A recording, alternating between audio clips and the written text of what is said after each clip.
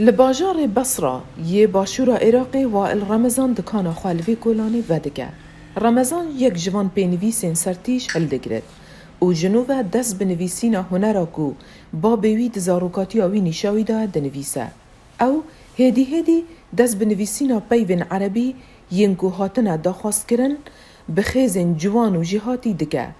بکرکتی داکو وائل مهراوی اداری کو بستم کرنه تی بکار اینان چه بگه. طبعا هذا هلبت مزگینیه که خوشک و یونسکو خطا نویسینا عربی کریه بشک جی کلاپورا جیهانی انسیاتیو که پر باشه کو پشگریا و هنری بکرین لسر اصلا که جیهانی کو دیار بکه آلیکی جیهانی خطا نویسینا عربی هیا نتنه سینورداره به خط نویسین عربی وک حوالی خوی خوشتوی حسین رمضان جی پسنا یونسکو دگه جبو پشتوانی آوانی آمازن جبو هنر خوشنویسی لهمی جیهانی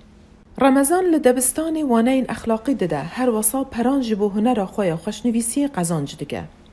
كانت بداية انتشار خط نویسینا عربی دروژن پیشی ده ج اسلام دست به بلافبونه کر و چاغه ده دما پیغمبر ده او یک به وگوهستنا نامه دهات هاندان لورا شوین خط نویسینا عربی جالین بدهان نویسکارن پیغمبری گلک جدا بون مانو راگرتنا خط عربی به پشتگیری حکومت و گریداییه لی هر وصا بدلسوزیا کسی نوکی حسینی و رمضانی جی و گریداییه او دبیجه از هیویدارم کو زاروکن من جی وکو من ریکا بابی خواه گرتی بگرن و بدومینن